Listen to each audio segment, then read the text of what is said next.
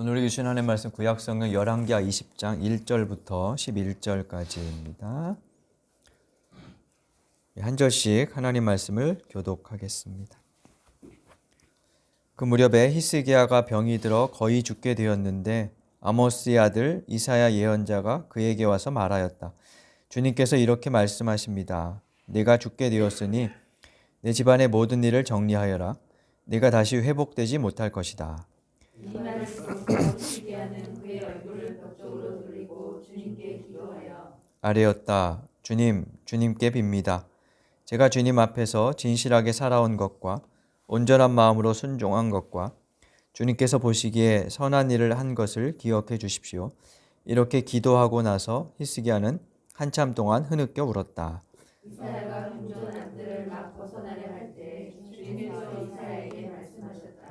너는 되돌아가서 내 백성의 주권자인 히스기야에게 전하여라. 내 조상 다윗을 돌본 나 주 하나님이 말한다. 내가 기도하는 소리를 내가 들었고 내가 흘리는 눈물도 내가 보았다. 내가 너를 고쳐주겠다. 사흘 뒤에는 내가 주의 성전으로 올라갈 수 있을 것이다. 내가 너의 목숨을 15해 더 연장시키고 너와 이 도성을 아시리아 왕의 손에서 구하여서 이 도성을 보호하겠다. 내 명성을 지키기 위해서라도 그리고 내 종 다윗을 구하서라도 내가 이 도성을 보호하겠다. 그리고 이사야가 왕의 신하들에게 무화과 반죽을 가져오라고 하였다. 신하들이 그것을 가져와서 왕의 상처 위에 붙이니 왕의 병이 나았다. 히스기야가 이사야에게 말하였다. 주님께서 나를 고치셔서 사흘 뒤에는 내가 주님의 성전에 올라갈 수 있게 된다고 하셨는데 그 증거가 무엇입니까? 이사야가 대답하였다. 주님께서 그 약속하신 바를 그대로 이루실 것을 보여주는 증거가 여기에 있습니다. 해 그림자를 10도 앞으로 나아가게 할지 10도 뒤로 물러나게 할지 어떻게 하는 것이 좋을지 말씀해 주십시오. 히스기야가 대답하였다. 해 그림자를 10도 더 나아가게 하는 것은 쉬운 일인 것 같습니다. 그러므로 그림자가 10도 뒤로 물러나게 해주십시오. 함께 읽겠습니다. 이사야 예언자가 주님께 기도를 드린 뒤에 아하스의 해시계 위로 들이운 그 그림자를 뒤로 10도 물러나게 하였다. 아멘. 오늘은 히스기야 죽음을 선고받다 하는 제목으로 하나님 말씀을 함께 보겠습니다. 일본의 니가타 대학교에서 교수를 지냈던 아보 도우르라는 사람이 있습니다. 세계적인 면역학의 권위자라고 하는데 그가 쓴 책 중에 스트레스가 만병의 원인이다라는 제목의 책이 있습니다.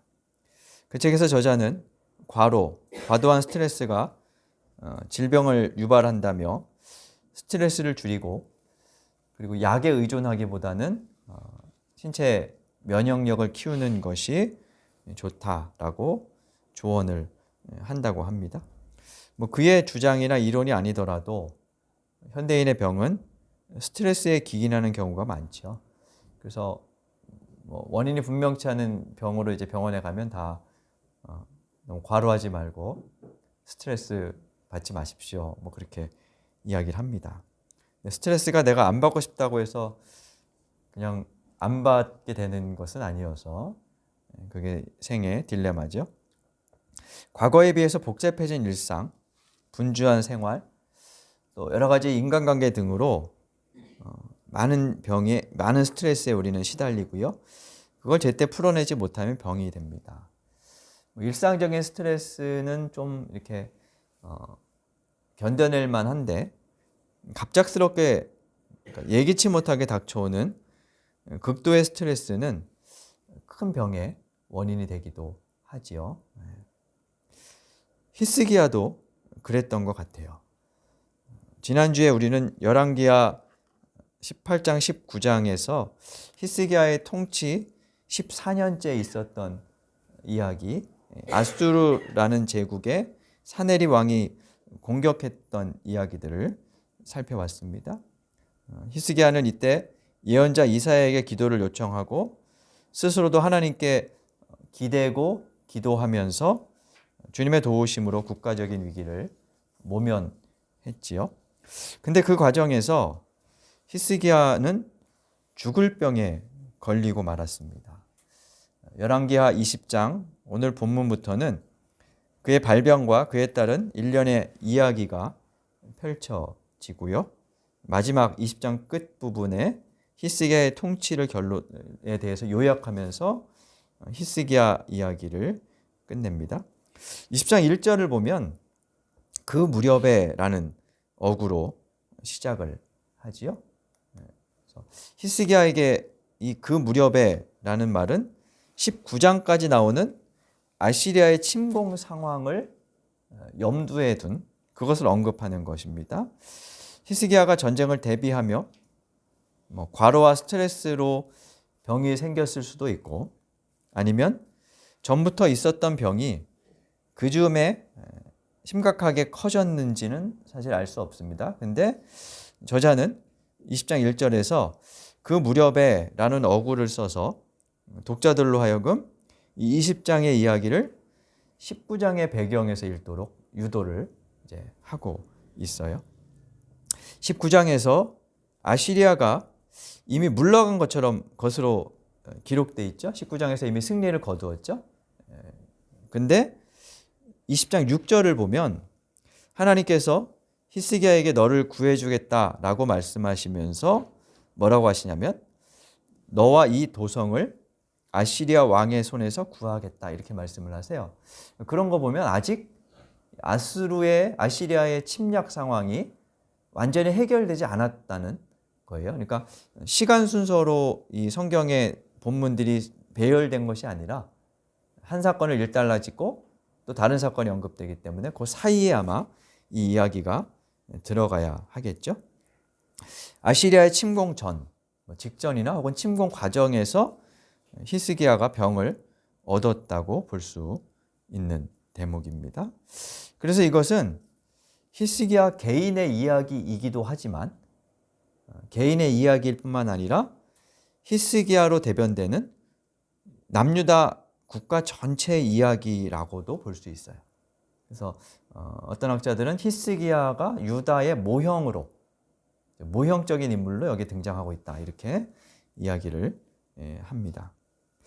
근데 히스기야가 어떤 병에 걸렸는지는 본문에 나오지 않습니다. 그냥 20장 1절에 보면 히스기야가 병이 들어 거의 죽게 됐다 이렇게 말하고 있죠.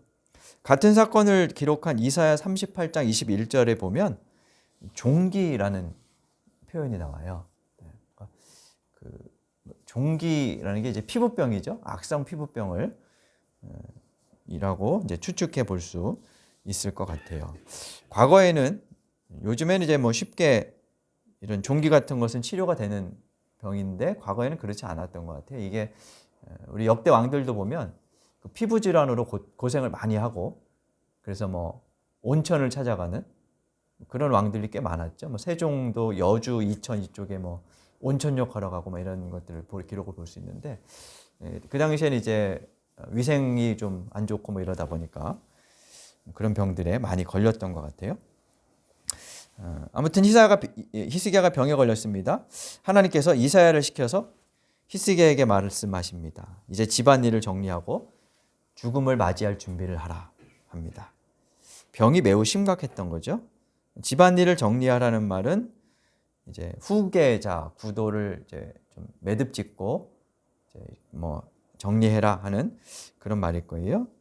이사야에게서 자신이 죽을 것이라는 예고를 들은 히스기야는 2절에 보니까 얼굴을 벽 쪽으로 돌리고 하나님께 울면서 기도합니다. 면벽수도를 하는 것처럼 마치 그렇게 이제 했다는 거예요. 근데 하나님께서 이번에도 히스기야의 기도를 들어주셨습니다. 히스기야에게 신변을 정리하라는 말을 전하고 막 궁전 안뜰을 벗어나던 이사야에게 하나님께서 4절에서 급하게 말씀을 하세요. 이제 다시 돌아가서 히스기야에게 내 말을 전하라 말씀하시죠. 6절을 한번 우리 읽어 보겠습니다. 내가 너의 목숨을 15해 더 연장시키고 너와 이 도성을 아시리아 왕의 손에서 구하여서 이 도성을 보호하겠다. 내 명성을 지키기 위해서라도 그리고 내 종 다윗을 보아서라도 내가 이 도성을 보호하겠다. 하나님께서 이사야를 통해 히스기야에게 전하신 말씀입니다. 너의 기도를 들었고 눈물을 보았고 내가 너를 구하겠다 하면서 말씀을 하십니다. 너와 이 도성을 구하겠다. 근데 중간 이후부터 보면 내 명성을 지키기 위해서라도 그리고 내 종 다윗을 보아서라도 라고 말씀하시죠. 지난주에 보았던 19장 34절과 같은 표현이 쓰였다는 것을 우리가 알 수 있습니다. 19장 34절에 아시리아에 대한 기도에 응답하시면서도 하나님께서 같은 말씀을 하십니다. 이것은 히스기야가 기도를 많이 해서 응답하신 것이 아니라 하나님의 신실하심, 그것을 주님 스스로 지키시기 위해서 응답하셨다라고 하는 것입니다. 여기서 잠깐 우리는 기도의 의미에 대해서 좀 생각해 볼 수 있을 것 같아요. 시중에 꽤 오래전에 판매되었던 책 중에 강청기도의 능력, 하나님의 보좌를 움직이는 기도 이런 제목의 책들이 있었고요. 꽤 많이 팔렸습니다. 강청기도의 능력 혹은 하나님의 보좌를 움직이는 기도 이런 제목들은 기도의 초점이 누구에게 맞춰져 있는 걸까요? 기도하는 사람에게 맞춰져 있죠.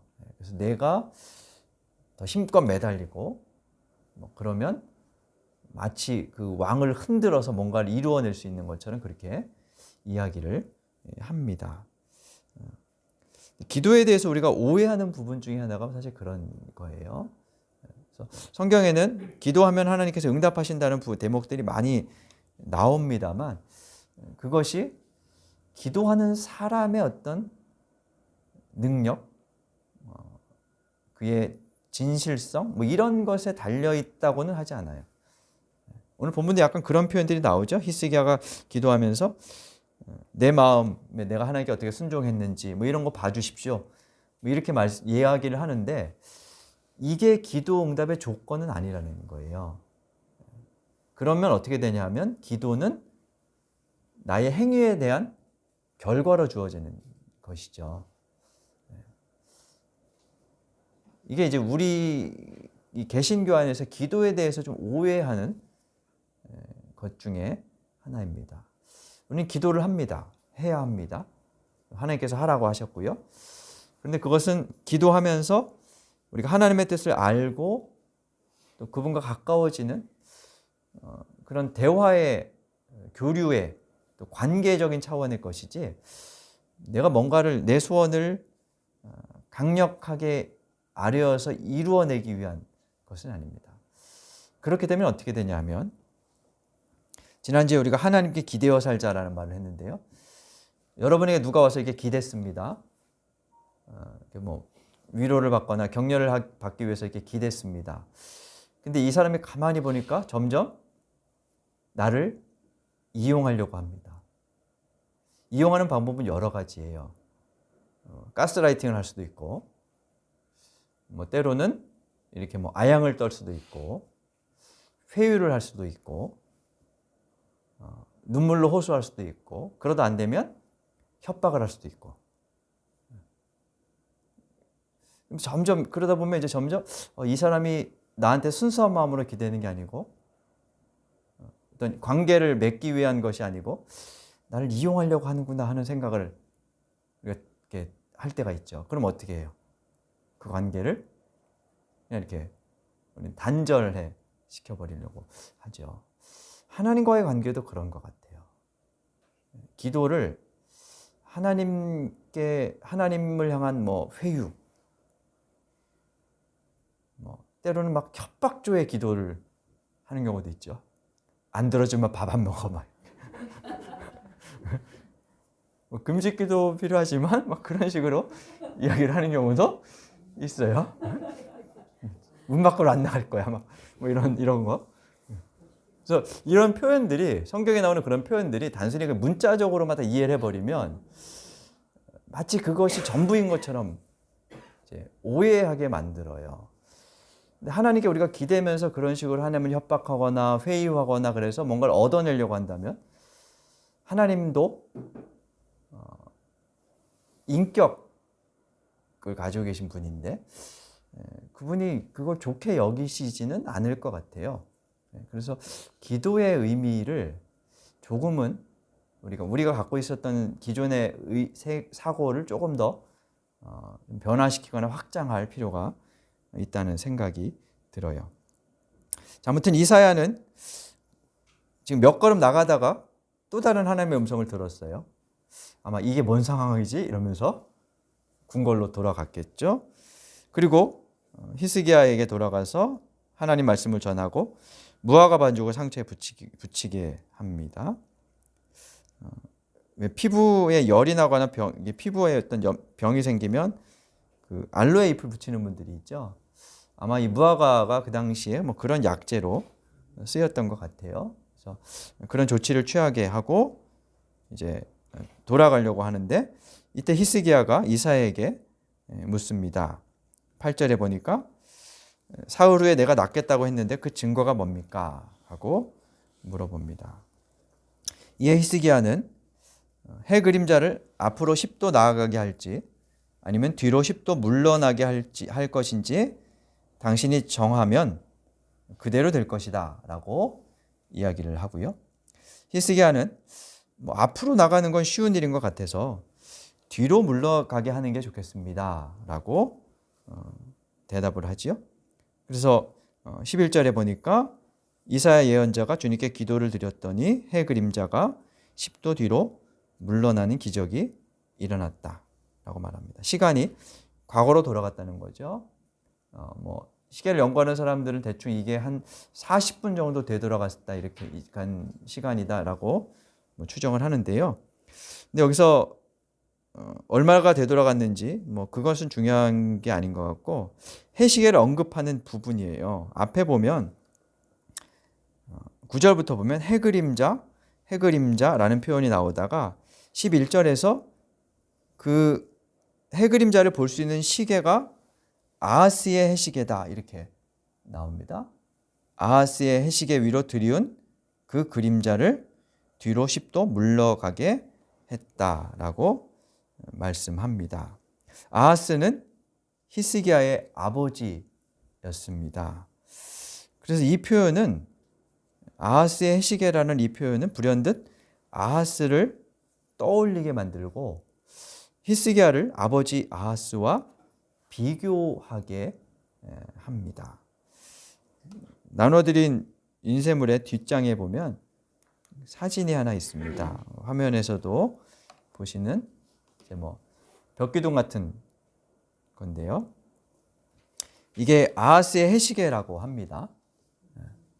또 이제 우리나라 세종대왕이 만든 해시계는 이렇게 반구 모양 작은 거 침이 있는 그런 거였는데 이걸 이제 아하스의 해시계라고 하더라고요. 근데 그림을 보시면 이제 동서로 돌담이 세워져 있고요. 중앙에 좌우측에서 올라갈 수 있는 계단이 있어요. 해가 동쪽에서 떠오르면 이 동쪽 돌담을 비추면서 그림자가 집니다. 계단 쪽으로 그림자가 집니다. 처음에 이제 위에서부터 쭉 그림자가 이렇게 길게 드리워지다가 정오가 가까워질수록 그림자는 아래쪽으로 내려가겠죠. 짧아지면서. 그리고 해가 넘어가서 서쪽으로 가면 이제 서쪽 돌담에 해가 비추면서 다시 또 그림자가 비춰집니다. 이 사진을 보면 서쪽 표시해 놓은 벽면에 그림자가 드리워져 있는 것을 보실 수 있죠. 근데 그림자가 좀 이렇게 짧죠. 이 사진 찍은 시간이 한 2시쯤 된대요.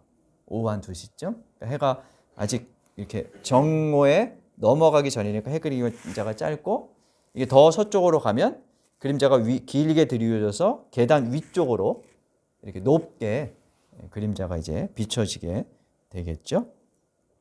그래서 요 해시계 모양이었을 것이다라고 이제 추정을 하는데요. 요 그림자가 움직여졌다는 그런 이야기입니다. 언젠가 이런 이야기가 회자된 적이 있어요.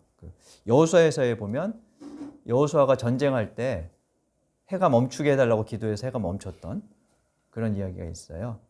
그래서 미국의 나사에서 그게 언제 있었을까 막 추정하고 연구를 해봤더니 23시간 20분 동안 해가 멈췄더라.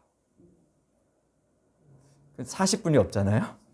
40분은 어디에 있을까 그랬더니 아하스의 해시계에 있더라 라고 연구해서 발표했다는 기록이 있어요. 그래서 한국교회 안에서 그 기록을 가지고 설교를 꽤 많이 했어요. 근데 나사에서는 그런 연구를 한 적이 없다고 공식적으로 발표를 했어요. 그게 누가 만들어낸 것인지 하여튼 그런 이제 것들이 막 회자됐는데 한국에서 그렇게 예화처럼 굉장히 많이 쓰였어요. 봐라, 성경 이야기가 과학으로도 맞다. 이렇게 얘기하는 겁니다. 근데 저는 이제 그 얘기를 들을 때마다 성경을 뭐 과학적으로 검증할 수 있고 없고를 떠나서 과학을 성경 위에 두고 있다는 생각을 많이 하게 돼요. 왜 우리가 과학적으로 뭔가를 검증받아야 하는지, 그러면 이것이 마치 진리인 것처럼 생각하는 것은 좀 무모한 시도일 것 같아요. 그래서 여기서 이제 이 사건들을 뭐 실제로 일어났느냐 안 했느냐 뭐 그런 것을 따지는 것은 사실 의미가 없어요. 성경은 상당히 문학적인 표현들, 상징들 이런 것들이 많이 쓰여 있기 때문에 이 사건이 의미하는 바가 뭘까? 뭘 말하고 싶은 걸까를 뭔가 그거에 좀 집중하는 것이 오히려 더 중요하죠. 여기서 우리는 아하스와 히스기야를 비교해 보면서 좀 의미를 찾아볼 수 있을 것 같아요. 아하스와 히스기야는 둘 다 외국 군대의 침략으로 위험에 처했던 사람들이었어요. 물론 뭐 대대로 그런 일들이 있었지만 아버지 아하스와 히스기야에게 외국 군대에 의한 침략의 위험이 있었습니다. 아하스는 시리아와 북이스라엘 연합군의 공격을 받았고 히스기야는 아시리아 군대의 침략을 겪게 됩니다. 이사야서를 보면 두 왕 이야기를 하면서 두 왕 이야기에서 적의 침입에 대비하기 위해서 찾아가는 장소를 같은 곳으로 언급해요. 뭐 나중에 이제 성경을 좀 찾아보시면 좋겠어요. 이사야 7장에 보면 아하스가 시리아 이스라엘 연합군에게 대항하기 위해서 찾아간 곳이 윗모수로였다고 나와요. 표현이 완전히 같지는 않지만 이사야 36장 2절에 보면 히스기야가 아시리아의 공격에 대비하기 위해서 찾아간 곳도 윗저수지의 수로 옆이었다. 이렇게 표현이 나와요. 그러니까 아마 여기가 성을 방어하기 위해서 전략적으로 요충지였던 것 같아요. 거기에 가서 상태를 살펴보고 대응했다. 이렇게 말이 나옵니다. 이사야를 통해서 두 사람이 들은 말씀도 같습니다. 이사야는 두 사람 모두에게 왜 적군의 침입에 당황하거나 두려워하지 말아라 라고 하나님 말씀을 전합니다. 그러면서 외세에 의존하지 말고 하나님만을 바라보라 라고 말을 합니다. 근데 그 말을 들은 두 왕의 태도는 달랐습니다. 하나님께서 자신이 구원하시겠다는 약속을 하시면서 그 약속을 확증하기 위한 증거를 주시겠다. 징조를 보여주겠다라고 말씀하세요. 근데 이사야 7장에 보면 아하스는 그 징조를 거부해요. 필요 없습니다. 이렇게 하는데 오늘 본문과 이사야서를 보면 히스기야는 하나님께 징조를 구합니다. 일반적으로는 징조를 구하는 사람이 믿음이 없는 사람인 것처럼 생각을 하게 되지만 본문은 히스기야의 손을 들어줘요. 그러니까 징조를 구하는 행위 자체가 문제가 아니라 그 행위에 연결된 상황의 맥락에 따라서 우리가 다르게 읽어야 한다는 거죠. 이사야는 이런 일련의 비교를 통해서 아하스와 히스기야를 대조시키고 있는 거예요. 본문은 이사야 7장과 이사야 36장, 37장 이렇게 좀 멀리 떨어져 있어서 이게 이제 우리 눈에 쉽게 안 들어오지만 이사야는 그런 의도를 갖고 있다고 볼 수 있습니다. 두 사람에게 동일한 위기가 닥쳤습니다. 하나님의 두려워하지 말라는 권면의 말씀이 같이 주어졌고요. 필요하면 징조를 보여주겠다라고까지 하나님께서 말씀하시며 그들이 하나님만을 의지할 수 있도록 어떻게 하든지 이끌려고 하셨습니다. 근데 여호와를 경외하지 않은 아하스는 징조를 거부하며 자기 나름의 살 길을 도모하다가 아시리아라는 제국이 남유다의 정치, 내부의 정치에 관여하도록 만들어 버렸고요.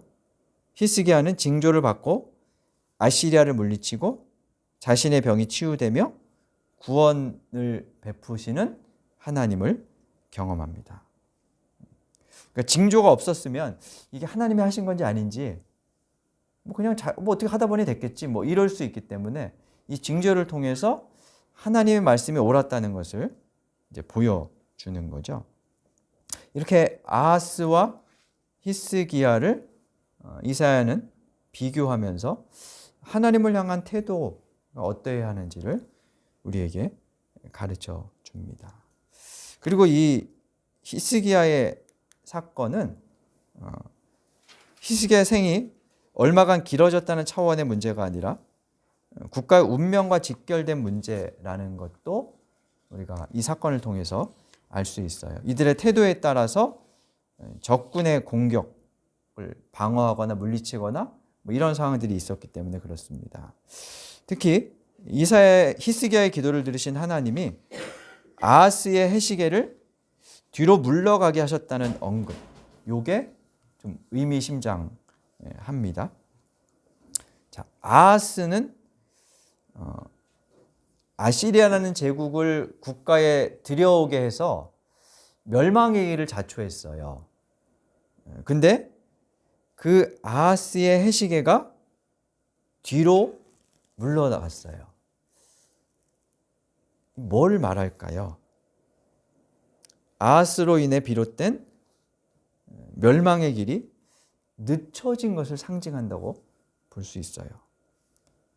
그래서 열왕기하 20장 11절 그리고 이사야를 보면 굳이 아하스의 해시계, 사실 아하스라는 표현이 없어도 전혀 문맥상 이상하지 않거든요. 그냥 해시계 그림자가 뒤로 갔다. 근데 아하스의 해시계라고 말하고 있는 거죠. 그래서 히스기야의 생명 연장도 단지 개인의 생명 연장이 아니라 유다라는 국가의 생명 연장으로 생각해 볼 수 있어요. 근데 히스기야의 생명이 영원히 이어진 것은 아니고 15년으로 한정되었죠.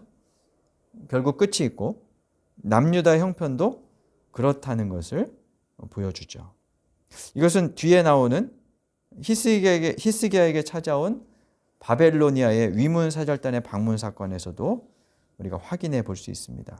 병이 나았으니까 그 다음에도 이제 승승장구하면 좋은데 애석하게도 그 다음에는 남유다의 멸망이 예고되는 본문이 나옵니다. 보시는 지도는 이스라엘 역사에서 이제 바벨로니아가 오늘 본문을 시작으로 이제 처음 등장하는데 조금 알고 가는 것이 좋을 것 같아서 지난주에 보았던 지도를 다시 한번 보여드립니다.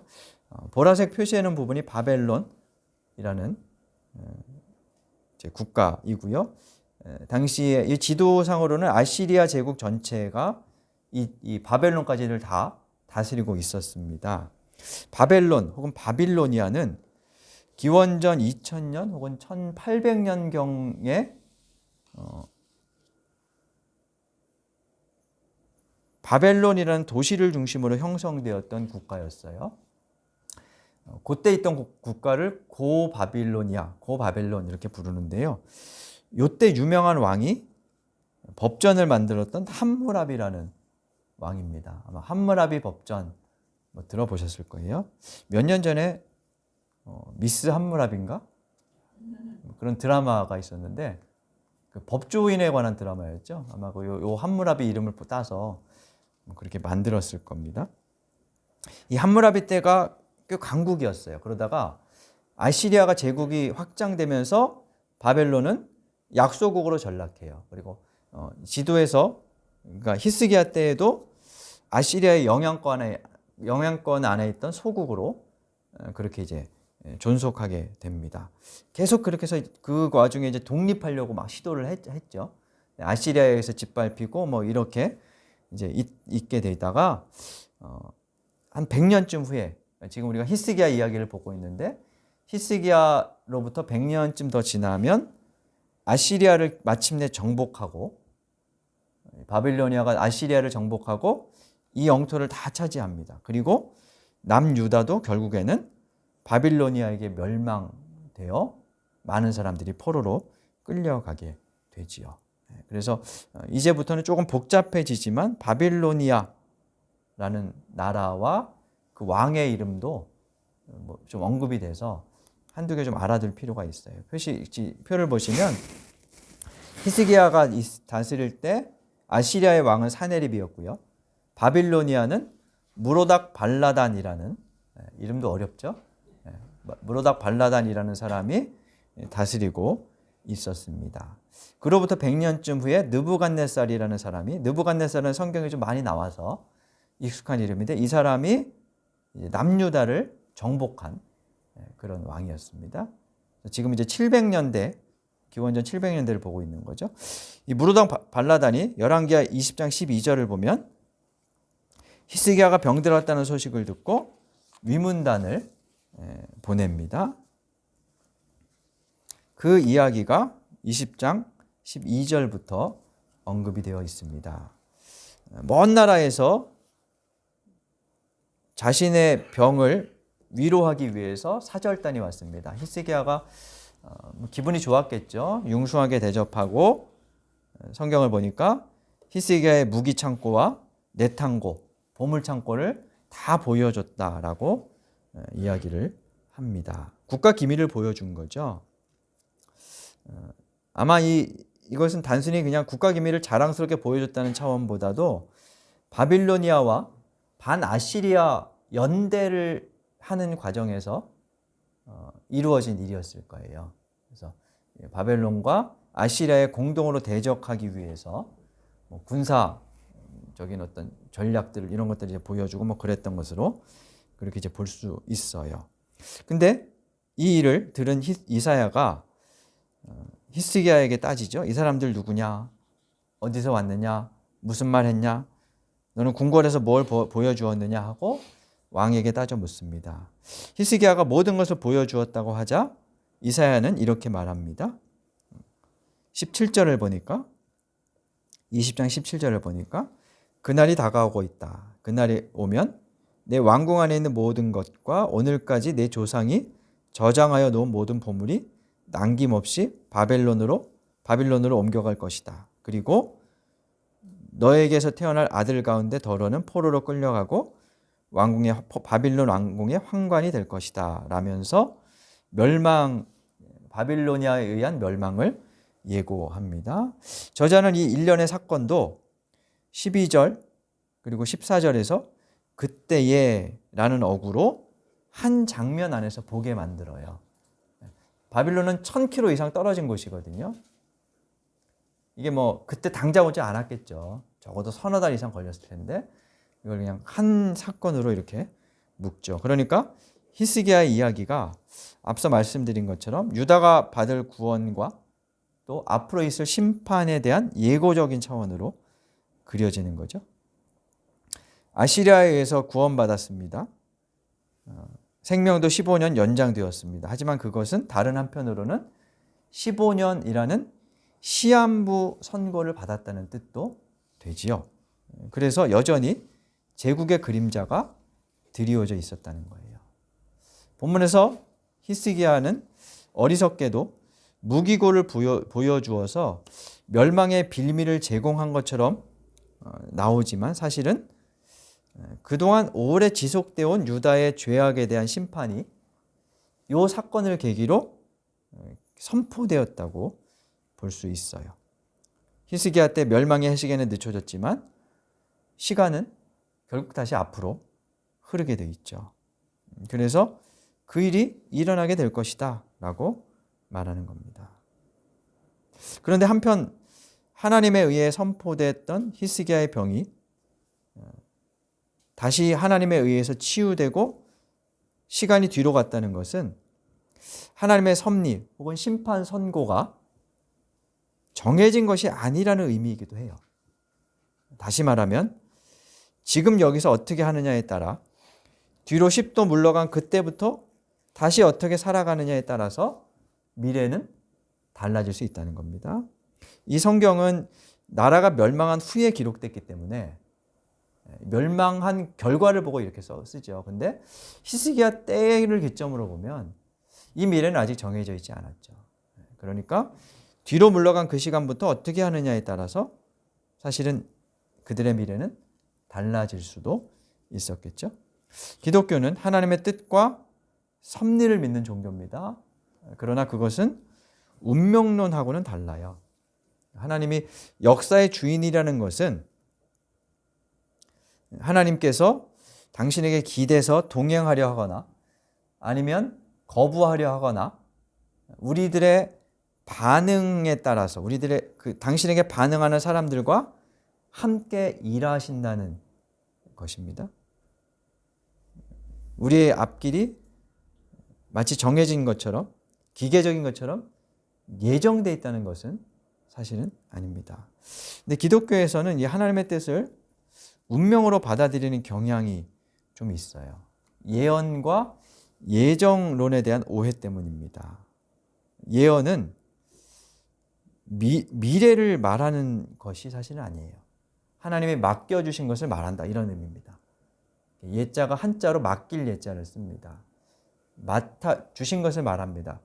주신 말씀을 가지고 현대를 점검하며 말하는 거예요. 그러면 지금 모습을 보면 미래가 어느 정도 예견되겠죠.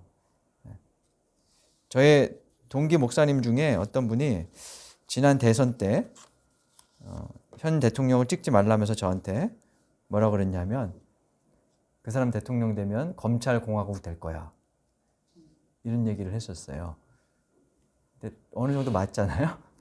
예언을 하셨죠.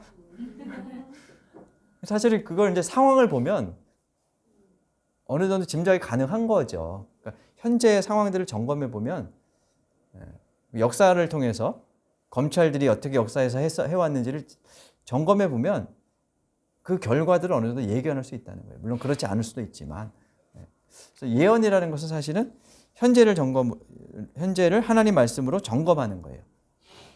그래서 현재를 바꾸기 위한 것이지 미래가 이렇게 정해져 있어라고 말하는 것은 아니에요. 예언자들의 말씀의 목적은 거기에 있었어요. 근데 기계적으로 예언을 생각하면 하나님을 인격적인 분이 아니라 뭔가 고정된 존재로 기계처럼 응답하는 존재로 생각하게 되는 거죠. 예정도 마찬가지입니다. 신자에게 결정된 것은 사실 없어요. 하나님 앞에서 잘못을 범하고 죽을 수밖에 없는 자도 회개하면 그를 용서하시고 하나님은 새롭게 언약을 맺으십니다. 반면 지금 하나님과의 관계 안에 있다 하더라도 내일 그 관계가 틀어질 수도 있죠. 그래서 하나님과의 대화는 언제나 현재적이며 언제나 새롭게 하나님은 다가오는 분이십니다. 히스기야 이야기는 우리에게 그런 하나님을 보여줍니다. 히스기야와 그의 후대에게 그래서 미래는 아직 열려 있었습니다. 애석하게도 뒷장을 보면 히스기야의 아들 므낫세는 멸망의 결정적인 단서를 제공한 사람으로 역사에 남습니다. 이 예고대로 살지 못했던 거죠. 우리도 마찬가지일 겁니다. 하나님께 기대서 그분과 대화하며 우리가 한 걸음 한 걸음 나아가려 할 때 하나님은 우리의 길을 새롭게 열어주실 것입니다. 그러므로 그분에게 기대서 그분과 날마다 새롭게 대화하며 우리의 길을 열어가는 저와 여러분 또 몸된 공동체가 되어야 하겠습니다. 우리 말씀을 생각하며 다짐의 기도 드리겠습니다.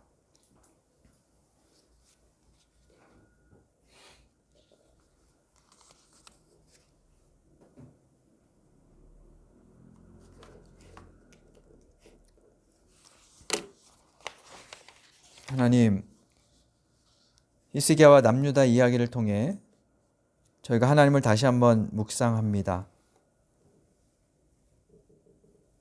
저들을 기계처럼 대하지 않고 그들에게 멸망을 예고하시면서도 긍휼히 여기시고 살 길을 열어주셨던 하나님을 다시 생각합니다.